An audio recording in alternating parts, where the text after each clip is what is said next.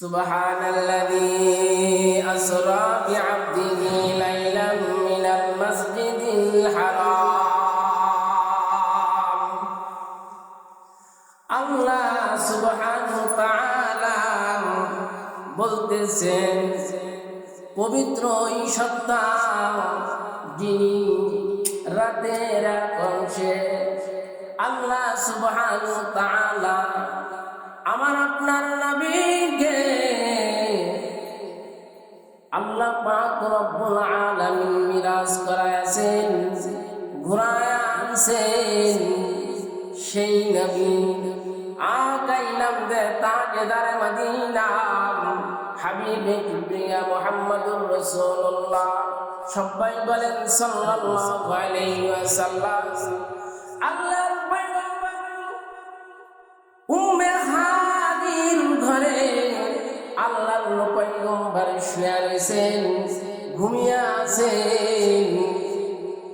রিওয়ায়াতে আছে দুইজন ফেরেশতা, একজন ফেরেশতা হযরত জিবরিল, আরেকজন ফেরেশতা হযরত মিকাইল, আরেকজন ফেরেশতা হযরত ইসরাফিল।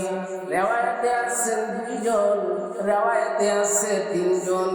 দুইজন জিবরিল সঙ্গে আছে, নাই মিকাইল নাই ইসরাফিল। পয়গম্বরকে চলে আসছেন পয়গম্বর উম্মে হানির ঘরে বাবা আছেন, দরজা দিয়া ঢুকে নাই। লাইনটা সামটা সরে গিয়েছে, ফাঁকা হয়ে গিয়েছে। ওই রাস্তা দিয়া উম্মে হানির ঘরে আল্লাহর পয়গম্বর ঘুমিয়েছে। আল্লাহর পয়গম্বর হাবিবে কিবরিয়া মুহাম্মদুর রাসূলুল্লাহ উম্মে হানির ঘরে ঘুমিয়ে আছেন। হযরতে জিবরিল, হযরতে মিকাইল দুইজন ফেরেশতা এসে আল্লাহর পয়গম্বরকে ঘুম থেকে জাগরণ করেছে, ডাকছেন। ঘুম ঘুম আল্লাহর পয়গম্বর ঘুমায় যাচ্ছেন, ঘুমের চন্দ্রা রয়েছে, ঘুম ঘুম ভাব রয়েছে। দুইজনে ঢুকে আল্লাহর পয়গম্বরকে হযরতে জিবরিল, হযরতে মিকাইল দুইজন ফেরেশতা ধরে খানায় কাবার চত্বরে নিয়ে গিয়েছে। বলতে পারেন হুজুর, আল্লাহর পয়গম্বরকে যখন ডাকলেন ঘুম ভেঙে গেল। পয়গম্বর তাকে দেখেন সাপটা সরে গিয়েছে, আবার সাপটা জোড়া লেগে গিয়েছে। সুবহানাল্লাহ। পয়গম্বর দেখলেন, ও বাবা, সাপটা জোড়া লেগে গিয়েছে। আপনারা প্রশ্ন করতে পারেন, ওই রাস্তা দিয়ে না এসে তো দরজা দিয়ে আসতে পারতেন, কারণ কি বুঝলাম না।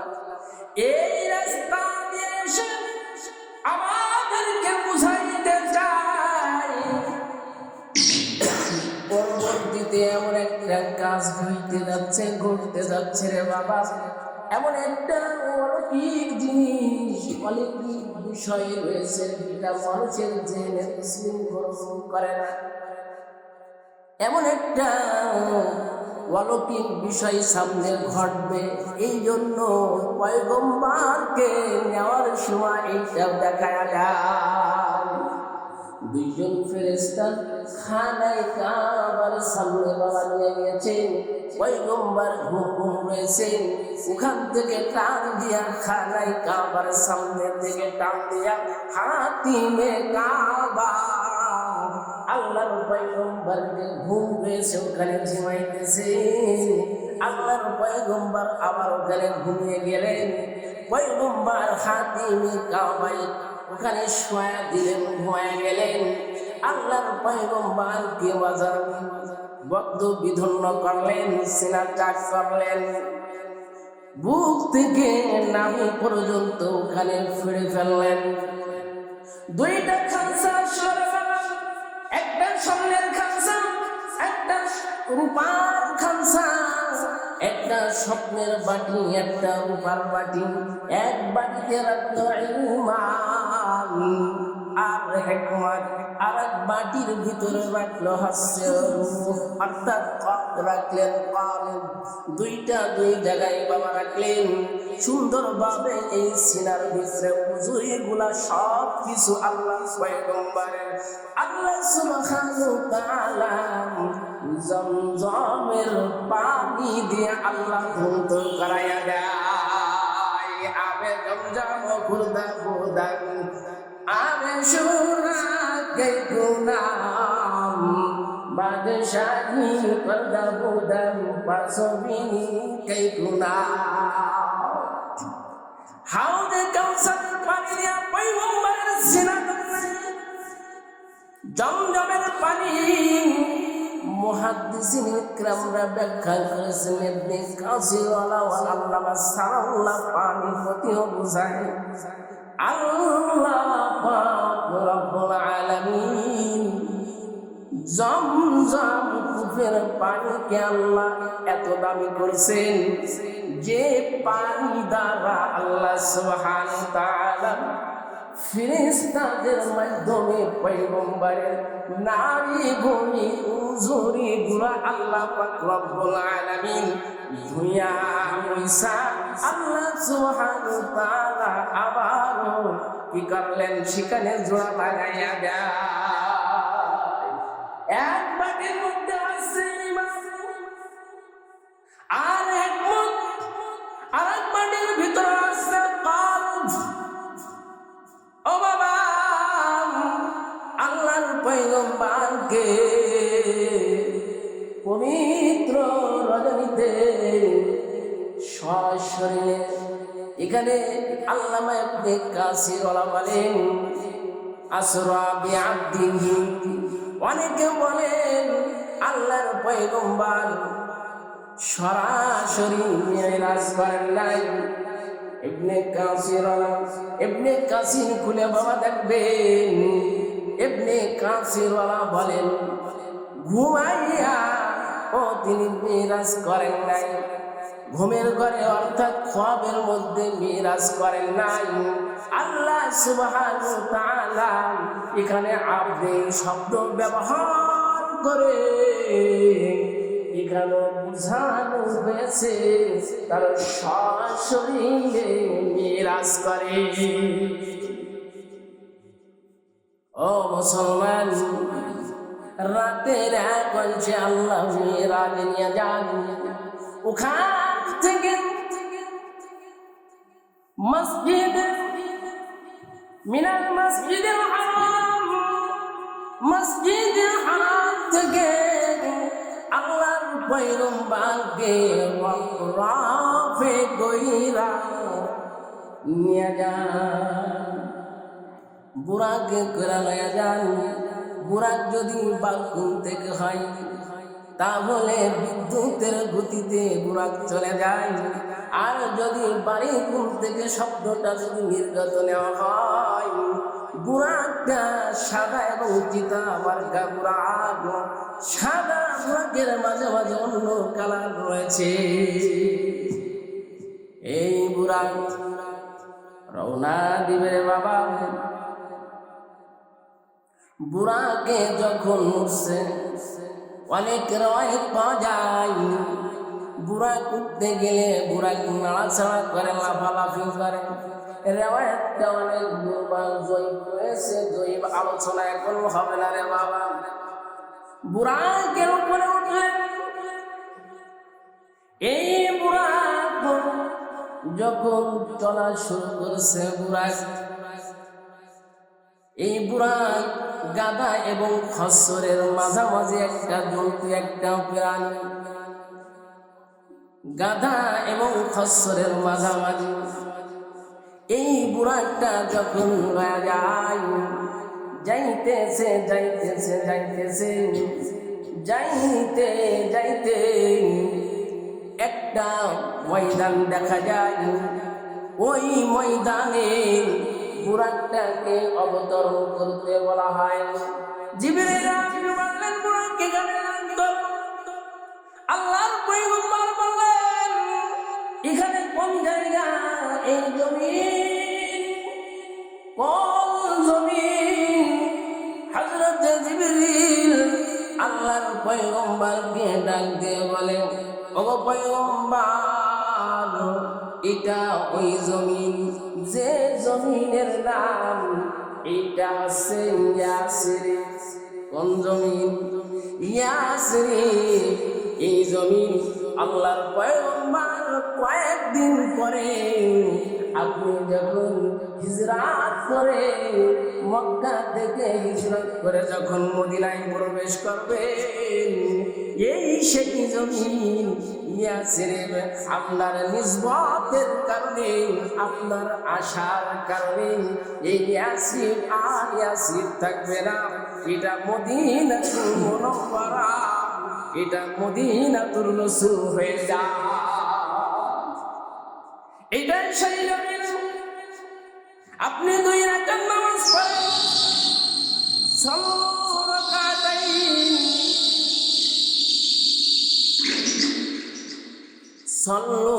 রাকাতাইন, 2 রাকাত সেখানে শুকরিয়ার নামাজ আদায় করলেন। কয় রাকাত? 2 রাকাত নামাজ আদায় করে বাবা আবার রওনা বুরাকে আবার আরোহণ করলেন। বুরাক যখন যায় রে বাবা, জিবরিল আমিন সামনে, মিকাইল পিছনে, আল্লাহর পয়গম্বর বুরাকের মাঝখানে। বুরাকের মাঝখানে উঠলেন।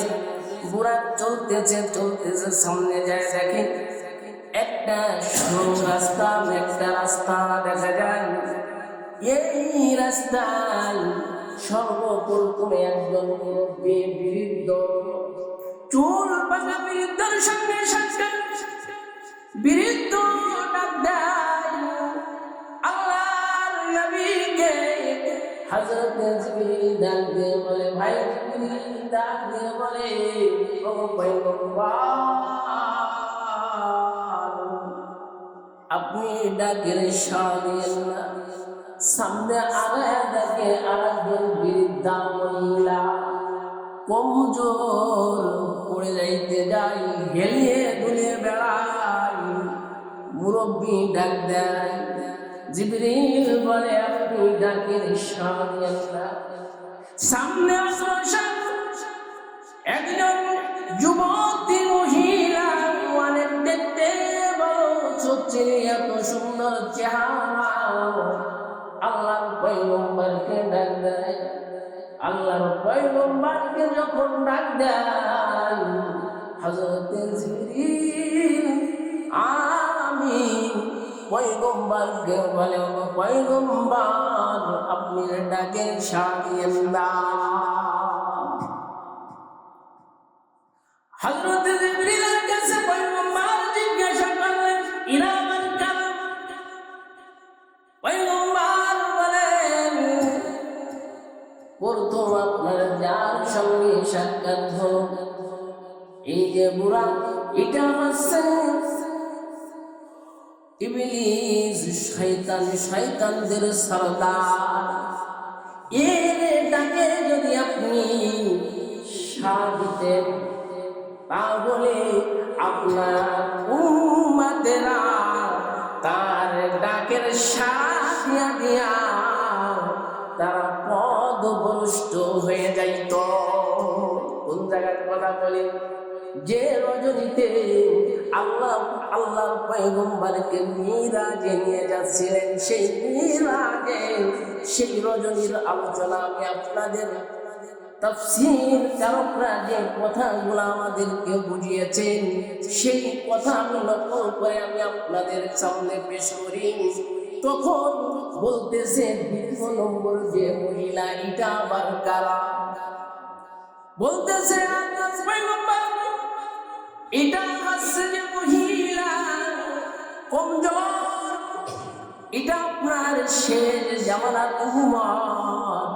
এরা আমলে কোনো ফল থাকবে না, আমল করতে গিয়ে আমলের মধ্যে কোনো বল নাই, নামাজে কোনো পাবন্দি নাই, রোজার মধ্যে কোনো পাবন্দি নাই, কোরআন তেলাওয়াতের মধ্যে কোনো পাবন্দি থাকবে না। তাদের নেক আমলগুলো এত জয়ীব, তারা সোজা হয়ে দাঁড়াইতে পারবে না। অন্য হাদিসের ব্যাখ্যায়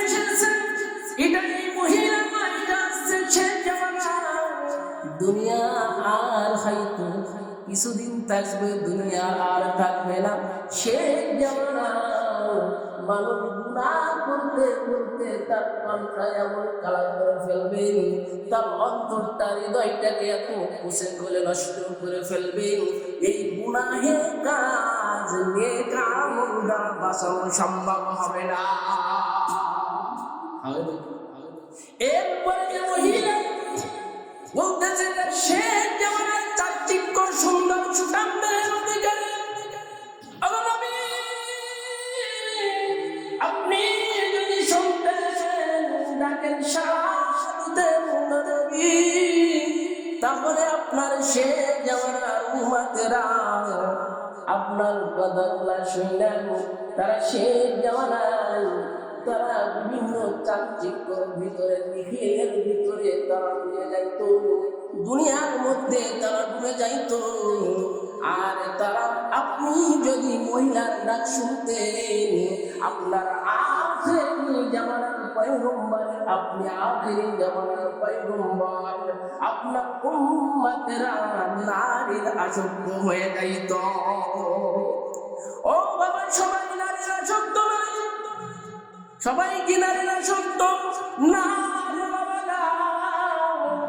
আল্লাহ বলছেন, মুহাদ্দিসিন ইকরাম বলেন, আল্লামা ইবনে কাসির বুঝায়, ও বাবা, আল্লাহ এক শ্রেণীর লোকদেরকে আল্লাহ বলেছেন আজাদিল, ইনজিলের বহু বচন আজাদিল।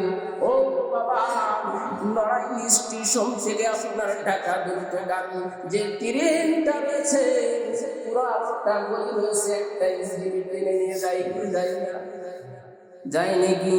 ও বাবা, নিয়ে যায়। এজন্য ইন্দ্রিয় থেকে আগাজি শেখ জামানায় এমন কিছু বান্দারা থাকবে নেককার পরহেজগার, যাদের দিলটা থাকবে সতেজ, যাদের দিলটা থাকবে ফ্রেশ, তারা পুরো কিছু বলতে পারবে না। 40টা গ্রাম, 40টা বাজার, 40টা এলাকার মধ্যে একজন আবদাল থাকে, একজন কুতুব থাকে, 40টা শহর ঘুরে ঘুরে দেখবেন, কিতাব খুঁজলে পাওয়া যায় একজন আবদাল থাকবে, একজন কুতুব থাকবে, তাদের চোখে ইশারায় এই 40টা শহর আল্লাহ নিয়ন্ত্রণ রাখে। ওদিকে আলোচনা নাই।